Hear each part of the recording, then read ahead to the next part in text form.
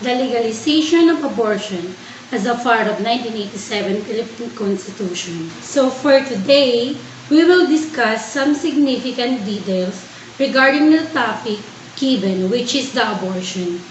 All of us know that abortion is an illegal process that individuals should not involve with. However, some countries legalize it for several reasons. Therefore, today, we will tackle whether it should to be legalized here in the Philippines. Once again, good day to everyone. I'm Angeline Castillo as your moderator for tonight. Agreeing for the affirmative side is a BRUSO group, which is Morales, ZACHARIAS, and MALAAP. And taking on the negative side is a CLEMENTE group, which is INES, PANEDA, and also TAMPOS. The debate is between two sides, the affirmative and the negative, with 4 members each. Debaters from the affirmative sides agree the necessity, beneficiality, and practicability of the proposition, while the counterpart debaters on the negative side oppose this argument. Each debater is given 4 minutes to deliver a constructive speech and rebut the previous argument. Each debater is given 2 minutes to interpolate or cross-examine the opposing debater. Only categorical may be asked. First up, for the affirmative side is Morales. You got 4 minutes to tell us why should abortion be part of 1987 Philippine Constitution. Good day everyone, my name is Marnel Morales and I belong to the affirmative side that agreed to be a part of our 1987 Philippine Constitution, the legalization of the abortion. Because all we know that our country is grown up on religious and traditionally country, especially in terms of tackling about the abortion na hindi talaga kinukonsider lalo-lalo na sa ating simbahan at gobyerno. Kaya nandito kayo mga affirmative side para ipaglaban ang kanilang karapatan at ang kanilang maging instrumento para ipaglaban ang kanilang kalayaan, lalo-lalo na sa mga naging biktima ng incest crime at rape cases na nagbunga sa hindi magandang resulta ang pag-abort. Alam naman natin ang gantong mga issues ay sobrang laganap sa ating bansa at sa buong mundo na hindi bumababa at dumarami pa ang mga gantong traumatic events at mga nagiging biktima. Kaya ang mga kababaihan sa United States of America, ito ang mga dahilan kung bakit nagkaroon sila ng movement and action to make power and voices strong to protest their rights to abortion, especially to those victims of inhuman violations.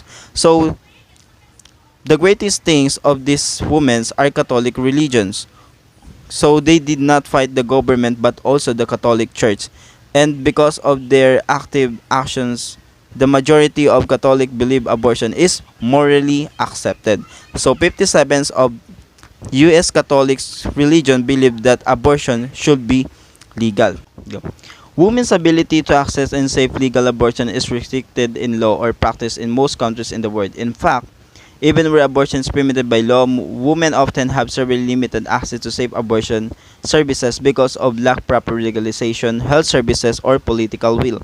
At the same time, only a weakly small minority of countries prohibit all abortion. In most countries and jurisdictions, abortion is allowed at least to save the pregnant woman's life or where the pregnancy is the result of rape or incest crime. And also over the last 25 years, more than 50 countries have ruled that access to safe abortion plays in protecting women's life and health. That Ireland country joined that list on May 25, 2018 when in a long-awaited referendum, its people voted overwhelmingly to repeal the near-total constitutional on abortion. And also the human rights law said that clearly spell out that decision about your body are yours alone. This is what is known as bodily autonomy, meaning that a person's ability to act on his or own values and interests. So that's why the Amnesty International believe that everyone should be free to exercise their bodily autonomy and make their own decision about their reproductive lives, including when if they have children. It is essential that law relating to abortion respect, protect, and fulfill the human rights of pregnant person and not force them to seek out unsafe abortion. Also, the women's organization across the world have fought for the right to access safe and legal abortion for decades, and increasingly international human rights law support their claims. In fact, international human rights legal instrument and authoritative interpretation of those instruments compel the conclusion that women have a right to decide independently in all matters related to reproduction, including the issue of abortion. Kaya dapat i-approve ng ating pamahalaan ang pagli-legalize ng abortion dito sa ating bansa, o kaya gumawa ng mga batas na naayon dito para na rin sa kaligtasan ng kababaihan, and that those experience of rape cases and incest crime dahil hindi naman maituring na blessing ang pagbuo ng bata kung nangyari naman ito sa against situation or danger place and events. 2 minutes for the cross-examination. Further mention those victims, why those victims choose to abort the child instead of raising them. Because we do believe a sin cannot be resolved with another sin. Kapag ang isang babae ay nabiktima ng rape cases or incest crime bago pa mangyari ang pagbuo ng bata or pag-raise ng bata sa sinapupunan pa lamang ng ina, in the situation cases during action of rape ay meron ng posibilidad or komplikasyon na maaaring magdulot ng various effects sa katawan ng biktima at maaaring din magkaroon ng iba't ibang resulta. It can be result of the damage of her reproductive system, physical bruise on the body, emotional and health problems, including anxiety, stress, trauma, and damage of the mind because of the traumatic events that happen. In that case, wala nang posibilidad na mabuhay pa ang bata, pwede pa ikamatay ng biktima ang naging trahedya, o pwede naman nating sabihin may chance pa but mahirap na ito ipagbuntis or kung may lalabas pa ang bata. And also, ang mga babae ay meron silang tinatawag na instinct of guess or kutob na tinatawag. Lalong-lalo na kung alam nila na nangyari ito sa traumatic events and they can see a lot of signs na hindi na mabuhay ang bata. So kung may pangarap pa sila magkaanak at magkabuo ng pamilya, ang tanging paraan na lang ay ang pagiging practical na pag-iisip. If ever na magkaroon ng legalization ng abortion sa ating bansa, ay mabuting i-abort na lang kaysa gumamit sila ng iba't ibang method sa pag-abort na magdudulot ng pagkitil sa kanilang buhay. And sa tingin ko ay hindi maaari maging kasalanan nito ng babae dahil hindi naman niya ito kasalanan or kagustuhan ang gantong pangyayari. O mas sabihin na natin mas maging makasalanan ang gumawa ng rape cases and incest crime. Also, I mentioned earlier na hindi maaaring ituring na blessing ito kung galing or naganap ito sa against situation and danger ways. Dahil ayon nga sa under international law of human rights, everyone has a right to life, a right to health, and a right to be free from violence and discrimination and torture or cruel and inhuman and degrading treatment. Clemente, you have 4 minutes to advance your argument on why should abortion be part of 1987 Philippine Constitution. Good day to everyone, and good day speakers. With the negative sides focuses on 3 reasons why we should not legalize abortion in our country, or not to tolerate women undergo on this procedure. First reason is the risk in women's life and future child. Second, the responsibility of a parent. Third is the right of a child-in-law. The risk in woman life and future child, according to study from CAMPOS Care, there's a lot of risks and complications can women have if they undergo abortion. One of these are bleeding, which lasts in 14 days, damage to the womb or cervix of a woman, infection of the uterus or fallopian tube, scarring of the inside of the uterus, sepsis or septic shock, uterine perforation, and worse is death. But not only that, abortion can also affect the future health risk of a woman, like the future preterm deliveries. As I mentioned, abortion causes a weakening of the cervix, which increases a woman's risk of future preterm deliveries. 2 recently published studies indicate that one induced abortion increases the risk of a subsequent preterm birth by between 25% and 27%. After 2 or more abortions, a woman's risk of preterm birth increases by between 51 and 62%. And also, on a 2013 Canadian study found out that women who have had abortion are more than twice as likely to have a very early preterm childbirth within 26 weeks of gestation. That is where 71 higher at 28 weeks of gestation and 45% higher at 32 weeks. Premature births carry serious health risks for the baby. Infants who are born before 37 weeks of gestational age have a much lower chance of living to adulthood. Those that do survive have significant risk of serious disability, including cerebral palsy, intellectual impairment, psychological development disorder, and autism. And abortion affects the mental health of a woman. Research suggests that women who have another abortion may be increased at risk of mental health problems. Women who had undergone an abortion experiences an increased risk of mental health problems, and nearly 10% of incidents of mental health problems was shown to be attributable to abortion. Some women who have experienced an abortion reported symptoms similar to post-traumatic stress disorder. Some of those symptoms may include regret, grief, sadness, depression, anxiety, guilt, shame, and suicidal thoughts. And the second reason why we should not legalize abortion in our country is the responsibility of a parent to its child. When we enter the parenthood, we should know that there's a big responsibility we're going to encounter, that we need to face, and that we need to provide our child with food, shelter, good education, comfort, happiness, and excellent guidance. And they need to experience unconditional and selfless love from their parents. But how they gonna experience that if their parents' mindset is to kill them, not to raise them? Isn't that parents being unfair and selfish? And lastly, the rights of a child in the law. According to Family Law Act, children have the right to be safe, to be treated with affection, to be educated, to have medical care, to be protected against cruelty and abuse. Also on December 21, 2012, under Republic Act of the Philippines, Philippines Commission of Women implement an act which is Republic Act 1035-4, the Responsible Parenthood and Reproductive Health Act of 2012, emphasize the illegalization of abortion in the Philippines because of an continuous increasing death of women undergo unsafe abortion. And under Section 12 and Article 2 of 1987 Philippine Constitution states that it's the duty of the state to protect and strengthen the family as a basic autonomous social institution and equally protect the life of mother and the life of the unborn from conception. And according to the penal code, turn this abortion a criminal offense punishable by up to 6 years in prison for doctors and midwives who perform the procedure, and 2 to 6 years in prison for women who undergo this procedure. 2 minutes for the cross-examination.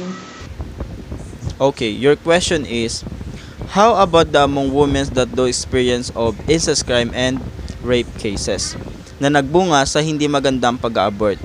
Kahit nakikita naman ito ng gobyerno, hindi pa rin ba enough or sapat na dahilan para illegalize ang pag-abort sa ating bansa? As I said, our government not tolerate this decision.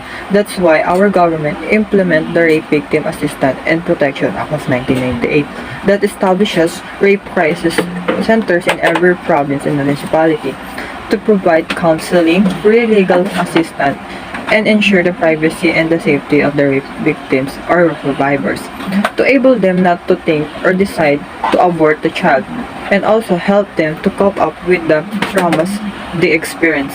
Because when they allow the abortion, they also say or they also think that killing person is right.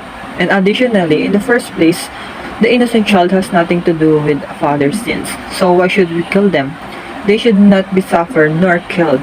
And as you said, they're called victims. But how about the child they're going to kill? We can call them also victims. Exactly. May mga law and treatment nga para sa mga biktima ng incest crime at rape cases sa ating bansa. Sa offer na to, satisfied ba sa kanila ang gantong paraan? O magbabago rin ba nito ang kanilang pag-iisip kung desidido na sila magpa-abort? Dahil alam na nila hindi na nila ito kayang buhayin sa kadahilanan sa naging resulta ng sitwasyong iyon, or ang tinatawag na during rape cases or incest crime. At ang aming pinupoint ay magkaroon sana ng batas for safe privacy ng abortion sa mga health institutions sa ating bansa para sa mga biktima ng incest crime at rape cases only.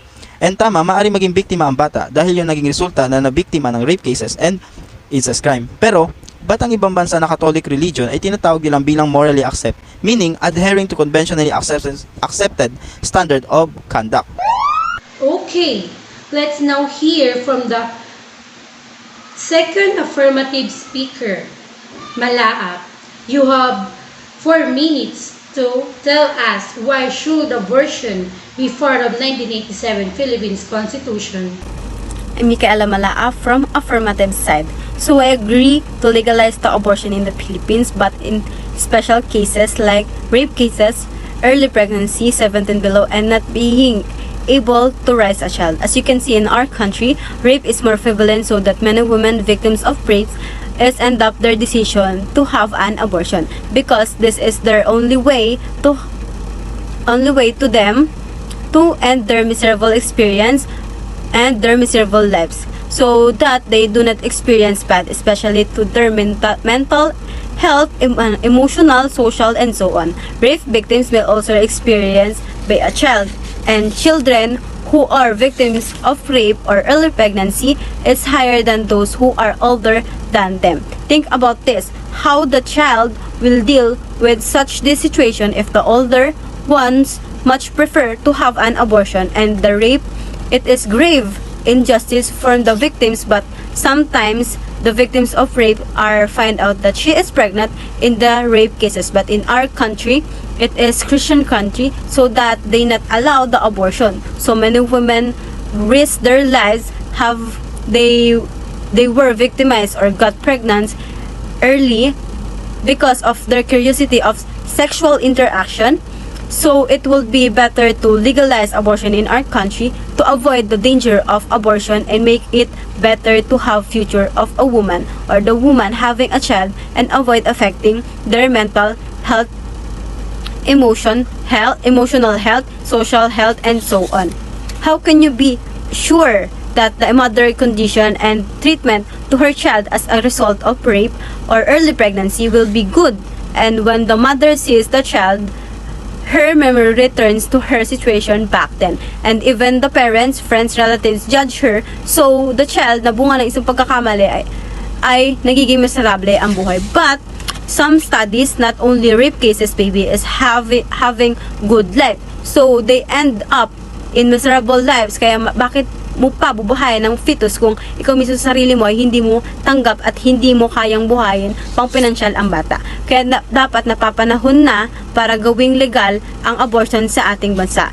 Para na rin sa mga kababaihang nakaranas ng early pregnancy dahil sa curiosity nila sa sexual interaction, at maliban sa epektong pisikal, malaking pahirap din sa biktima ng aspektong psikolohika ng isang trauma sa kanyang malagim na karanasan na ito, at kahihiyan ng bata na maaaring sabihin ng mga nakapaligid sa kanya, or worst ay ang kanyang mga magulang, kamag-anak, kaibigan, na maaaring kahantungan ng pagpapatiwakal ng buhay dahil sa sinapit ng kahihiyan sa sarili nito.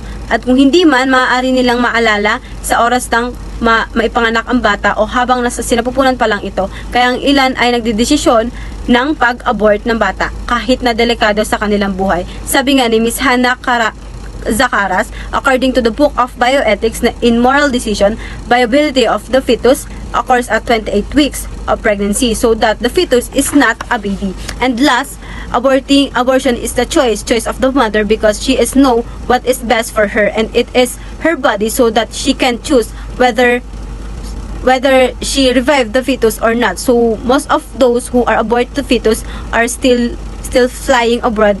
In the country, abortion is legal just to have unsafe abortion and make it them safe.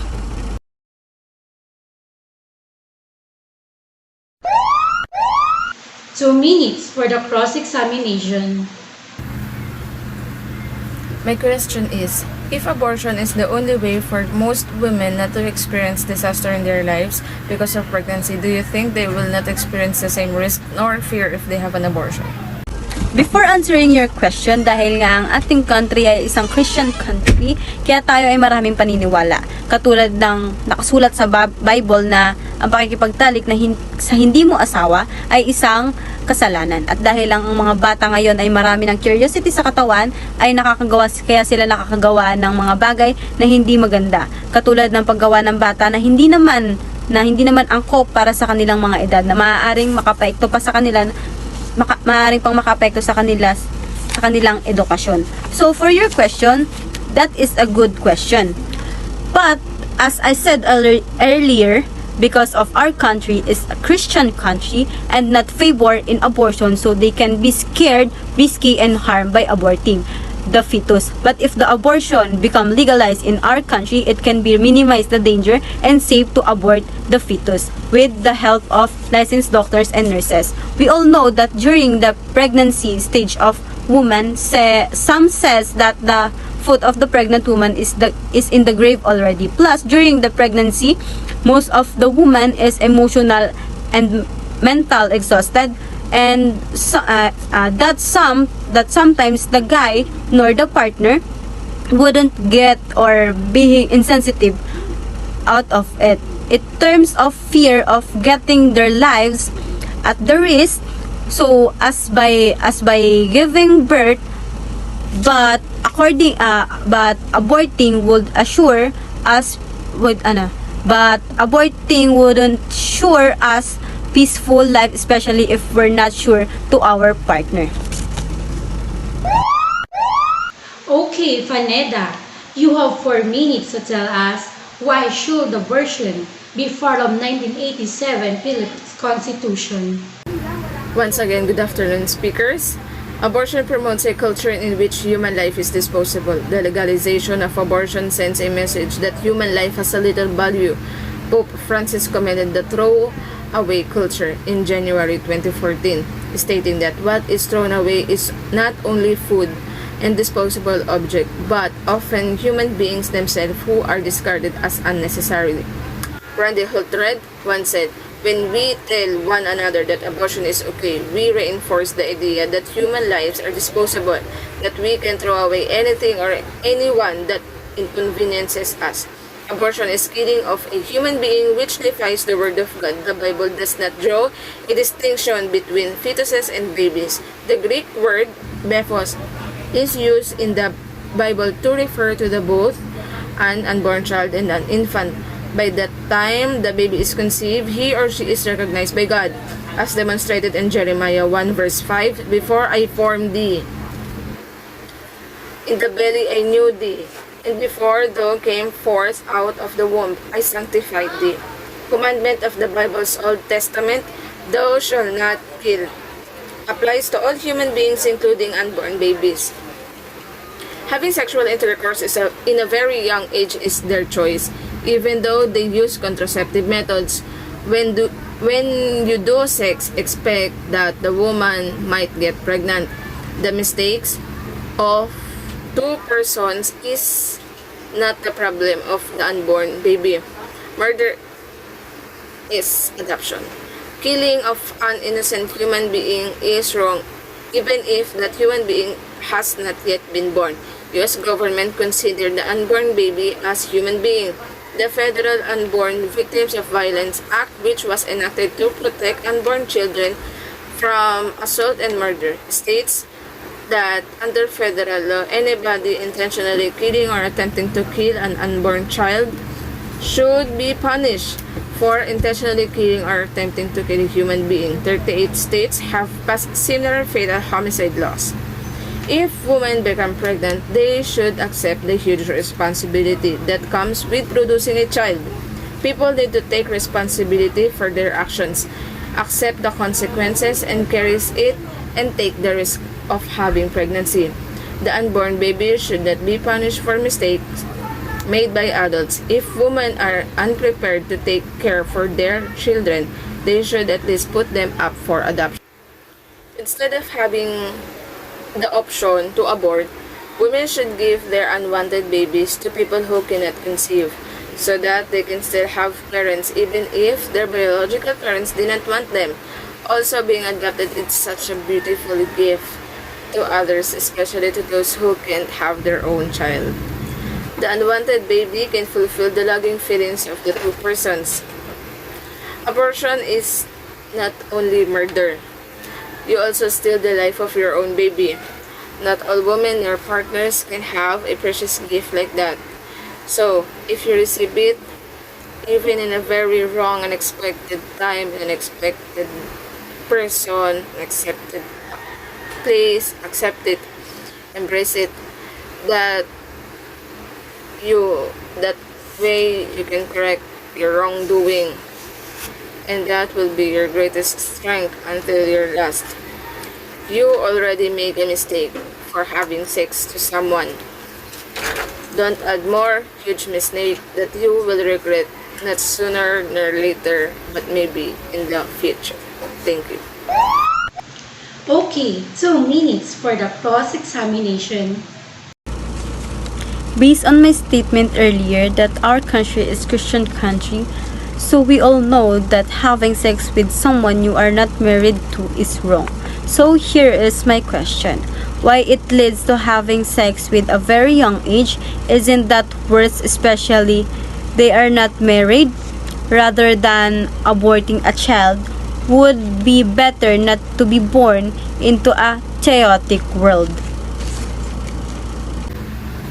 Thank you for that question, and my answer is no matter how much we force the majority not to have sex if they are still not married, they will do it because of the saying that it is good to do what is forbidden. No matter how much they avoid the temptation, the more they are looking for it. Yes, our country is still recognizing and following the rule of God, but having sex to someone is not a crime, it's a choice. But if that two person is already committed to someone, that is against the law of the people and to the law of God, and that's different story and different from murdering the unborn child. Their mistakes is that they have sex but not getting pregnant. And if that fruit will exist and will live in this world, that would be our greatest gift after all. But if that woman who undergo abortion finds someone who can accept her and decided to build family and make a baby, but because she wants to undergo abortion, she cannot bear a child anymore because her ovary might destroy already. We cannot rely on abortion itself to solve problem of unwanted pregnancy. Nowadays, adoption is another way to raise these innocent children. According to WWH, Child Welfare Organization, adoption is the social, emotional, and legal process in which children who will not be raised by their birth parents become full and permanent legal members of another family, while maintaining genetic and psychological connections to their birth family. Let's now hear the third affirmative side. BRUSO, you got 4 minutes to tell us why should abortion be part of 1987 Philippines Constitution? Today's speakers, we affirmative side believe that abortion may allow here in the Philippines and be part of the 1987 Philippine Constitution. In the Philippines, restrictive abortion law drive women to seek services from providers lacking the necessary skills and under unhygienic and dangerous conditions. Because of restrictions, abortion are performed clandestinely and there is no official data on the actual number of women undergoing abortion each year. Independent studies, however, shows that there has been steady increase in the number of abortion in the country.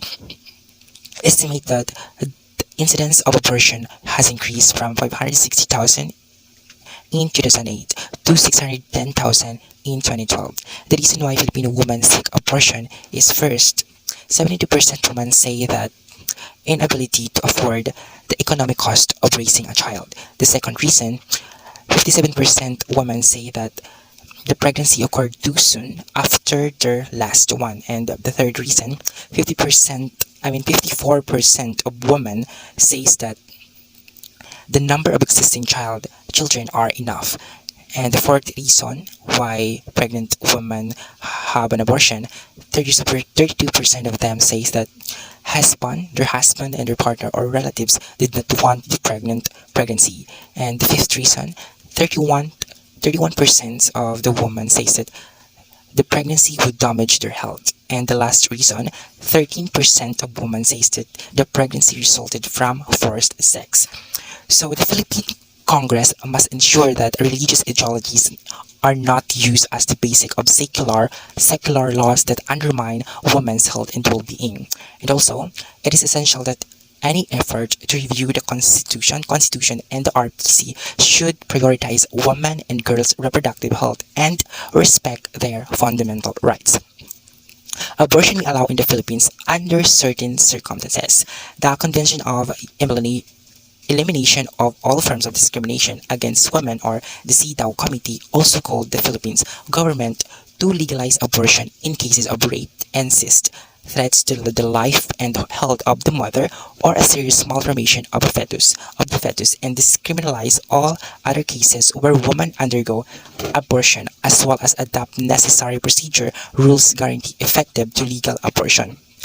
And also, according to the Universal Declaration of Human Rights, or UDHR, emphasize the importance of birth in acquiring human rights, declaring that all human beings are born free and equal in dignity and rights before acquiring or exercising the rights of a fetus. So, under the Philippine Civil Code, birth is necessary for a fetus to acquire rights. Without actually being born alive, a fetus cannot exercise any rights.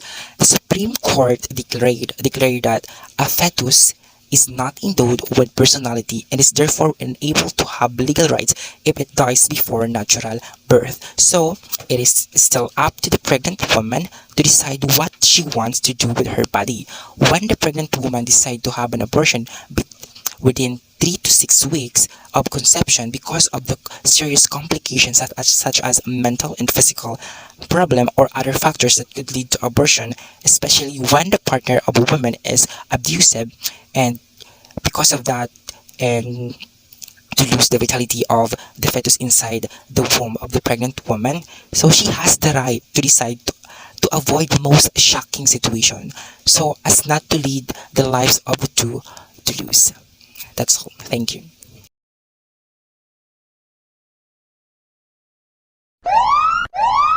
Okay, 2 minutes for the cross-examination.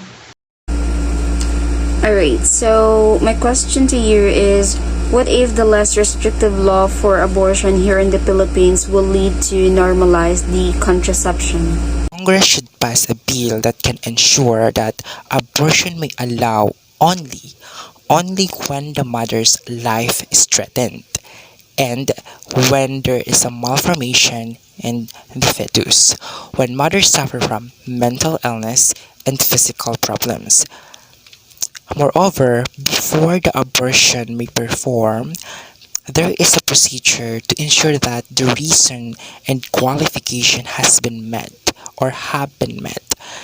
For example, the pregnant woman suffer from mental illness, physical problem, malformation of the fetus inside the womb of a pregnant woman, and the pregnant woman suffered from abuse by their partner that could lead to lose the vitality of the fetus inside the womb of a pregnant woman before the abortion. So the pregnant woman can perform or legitimate to have an abortion if they do not meet, or the pregnant woman did not meet the requirements set by the law, then the pregnant woman is not legitimate to have an abortion.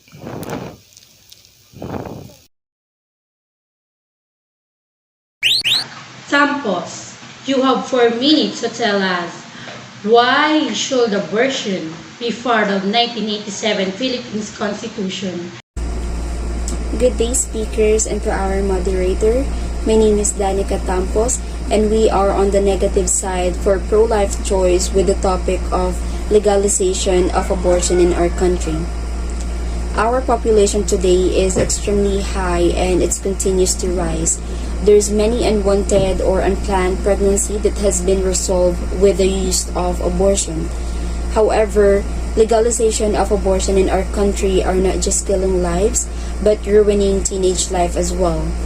Because sexual activity among young people is becoming more common here in the Philippines. And early pregnancy is not just a game where you can undo what you did wrong. Because having pregnancy or having responsibility rather at the young age are completely a problem, and it's not a blessing. So I believe that all women that get pregnant due to rape or sexual harassment, it is not an excuse to abort the child. And I know that it is a painful circumstances for all women's victims, but we have orphanage who can help them, and vice versa for those couple who's wanted to have a child as well. So in this case, it is like a win-win situation, and I don't think it is heartless for the woman who gave birth to send it to the orphanage, but a pro-choice for a woman who experienced a mental and emotional suffering, and it's same goes for the child to have a better future as well. So if you imagine this statement, it is more acceptable than killing lives, right? So people that believe in pro-choice make some interesting points. One of these points is that mother has individual right to decide whether or not she get an abortion. They mentioned that abortion is not a murder. So let's say it's not a murder, but it's still a sin. So the problem is that the population is growing, but it is because of improper birth control and because family planning is not very implemented here in the Philippines or here in our country. So abortion is a criminal offense, and it is punishable by up to 6 years in prison for doctors and midwives who perform the procedure, and by 2 to 6 years in prison for women who undergo the procedure. And also the killer, with the quotation, I am referring to those doctors and midwives that agreeing to abort the child. The fact that their professional job is to help a woman to give a birth. People can't use their own rights to take away the rights of the others, right? So from the moment that the baby is conceived, it is a person. We did not give the unborn baby a chance to live like how your parents gave you your freedom that you have right now. So remaining this abortion as illegal will keep in mind, especially to those teenage, that it is a crime and they should enjoy their teenage life until they got prepared on their parenthood stage. That's all for me. Thank you. 2 minutes for the cross-examination. What if those victims from abuse by their partner that could lead to lose the vitality of the fetus inside the womb of the pregnant woman? So the law and other institutions should be accountable or responsible when their true life is being threatened, and they rejected the request of a pregnant woman to have an abortion because of the restrictive abortion law here in the Philippines. Thank you for your question. So yeah, of course, both victims are being protected under Philippine law, especially the former wife. Philippine law and constitution shouldn't reject the woman or the child that's seeking for help. And there is also a punishable law for violence. One of this is the Magna Carta of Women in Republic Act 9710, and it is established in the Philippine government pledge of commitment to the Convention of the Elimination of All Former Discrimination Against Women.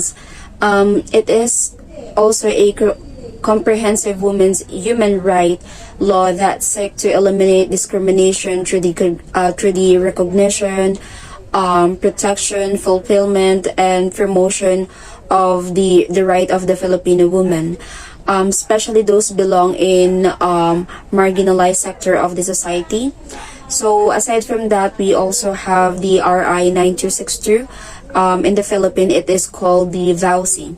So it is defined violence against women and children as any act or a series of act against woman who is his wife, former wife, or against woman with whom that the person has or had sexual or dating relationship, or against her children.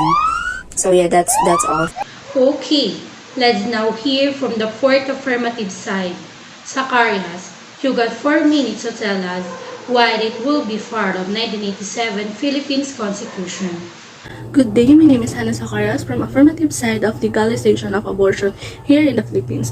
So, we believe that abortion should be legalized here in the Philippines because every woman have right to choose about what they want to do with their lives. Also, the attacks upon abortion is one of the series of attacks upon the right of women. As a result of this, minors and victims of rape, women died from illegal abortions.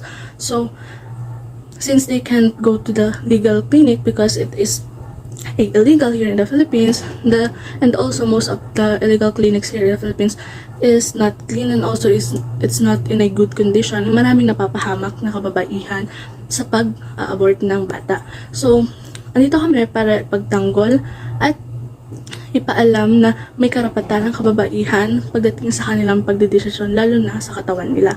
Dahil hindi natin ito buhay, hindi natin ito sitwasyon. Sila ang magdadala nito. Kaya dapat mayroon silang karapatan magdesisyon sa kanilang mga sarili. Hindi namin pinagkakait ang buhay ng bata. Andito kami para ipagtanggol at ipaglaban ang karapatan ng kababaihan patungkol sa pag-aabort ng bata. The legality of abortion will benefit thousands of women. The bill should be legalize abortion during the first 14 weeks pregnancy if the pregnancy resulted from rape or threatened the person's life or health. So, we do believe in the rights to live. But also, it's not right to live in a miserable life. So, mayroon akong nabasa about sa rape case, and dahil nga illegal ang abortion sa bansa nila, and lumaki siyang bata na isa siyang rape, galing sa rape case, na si Angelique from Eastern Africa, nagkaroon siya ng karanasan ng pag-neglect pagdating sa kanyang pamilya, sa pamilya na mismo niya yun. Nakakaranas siya ng trauma dahil nga hindi sa kanya tamang pagtrato at hindi siya itinuturing na pamilya dahil nga sa naging resulta ng kapanganakan niya, which is rape. So, instead of abortion, i-abort siya, binuhay siya ng kanyang magulang kahit nasa rape case yun. Pero, parang pinapatay na rin siya unti-unti dahil nararanasan niya yung neglection galing sa kanyang pamilya na parang hindi siya tinuturing isang pamilya. So, hindi namin pinagkakait ang buhay ng isang bata. Ang pinaglalaban namin dito is right to choose ng kababaihan. Karapatan ng kababaihan na pumili para sa kanyang katawan. Karapatan ng kababaihan na sila ang magdesisyon dahil sila ang magdadala, at also karapatan ng kababaihan kung bubuhay niya ito or hindi. It's good if the woman that resulted from rape is dadalhin niya, then good. Pero may mga cases tayo dito na meron na hindi kinakaya yung mental torture pagdating sa trauma, and nagkakaroon talaga ng possibility na hindi tanggapin yung bata and iniisip na lang nila na ipa-abort. So dapat illegalize ang abortion para mas safe na yung pag-a-abort dito sa Pilipinas, dahil hindi lahat ng nagbubuntis kaya itong panindigan, at hindi lahat ng rape cases na nangyayari and resulted from pregnancy is kayang palakihin ang bata, lalo na nagdadala to sa kanila ng mental anguish na hindi nila kaya makita yung bata habang naiisip nila kung paano at saan nanggaling yung bata. And it's not a selfishness when people, they can't properly take care of a newborn. It's not your situation, not your body, and also not your choice. So, andito kami para ipagtanggol at ipaalam sa lahat na dapat magkaroon ng karapatan ng kababaihan magdesisyon sa kanilang katawan pagdating na sa pagbubuntis. 2 minutes for the cross-examination. So ayan, as you mentioned, Miss Hannah, why should abortion be illegalized if it can be adopted by people who can have children and want to have a baby? Okay, as you mentioned earlier, Miss THEA, na ang abortion is a murder. So, okay, based on bioethics and moral decision, nag-occur ang buhay ng isang bata above 28 weeks. So, the viability of the fetus is under 28 weeks. And even the scientists and doctors hindi pa ma-make sure if that fetus is totaling buhay na. So, there's no crime, there's no murder or killing at all. And also, hindi naman sinasabing ito yung solusyon. Sinasabi namin ito dapat ay maging choice ng isang kababaihan pagdating sa kanilang katawan at sa kanilang pagbubuntis. So, just like what I said, ang abortion is dapat maging choice, not totally the solution of the problem of pregnancy women. So, dapat nagkakaroon sila ng choice pagdating sa pagbubuntis nila if dadalhin nila or hindi, lalo na kapag ito ay case to case, kagaya ng rape case, or kapag hindi kayang ng katawan ng isang babae or masyado ng abuse yung katawan ng isang babae para dalhin pa yung bata. And dapat maging legal to para magkaroon ng safety standard pagdating sa pag-abort ng bata. And also, malasan yung risk at danger ng isang nanay and also ng baby. And yung sa sinasabi mo, bakit hindi na lang ipaampon yung bata sa gusto magkaanak? For us kasi, yun nga, no child must be born unwanted. So parang pinagkait mo na rin sa bata yung tunay na pagmamahal na dapat natatanggap niya sa pamilya. Instead na ipaampon mo siya at iba pa ang magbibigay ng pagmamahal. Which is good thing yun na ipaampon na lang if ayun yung gusto ng babae. If ayun yung ipa-award and then ipa-ampon niya. But andito kami para bigyan linaw and bigyan boses ang kababaihan na dapat isa sa choice nila is ang abortion. Lalo na kapag hindi talaga mentally and physically and also financially kaya ng isang babae na buhayin ang bata. And also, may case na kapag pinapaampon yung bata, minsan sinasaktan pa. So, iniiwasan natin yun. And also, para malesen na rin yung mga abandoned kids sa streets, sa shelter, or kahit saan. Okay, Santa Ines, you got 4 minutes to tell us why it would not be part of 1987 Philippines Constitution a word of abortion. Good day everyone, my name is DJB Santa Ines and against po ako sa abortion because abortion is murder. The killing of an innocent human being is wrong even if that human being has yet to be born. Unborn babies are considered human. Abortion is the killing of a human being which defies the word of God. The Bible does not draw a distinction between fetuses and babies. Abortion reduces the number of adoptable babies instead of having the option to abort. Women should give their unwanted babies to people who cannot conceive. Women should not be able to use abortion as a form of contraception. It is mortal to kill an unborn child for convenience.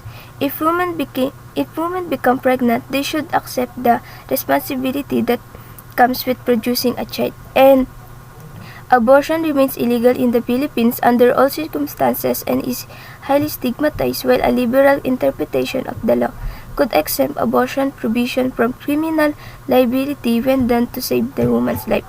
And according to the Philippines Constitution 1987 Article 3 Bill of Rights, Section 1, no person shall be deprived life, liberty, or property without due process of law, nor shall any person be denied the equal protection of the laws.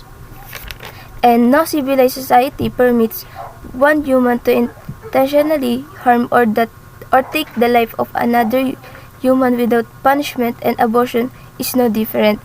And those who choose abortion are often minors or young women with insufficient life experience to understand fully what they are doing.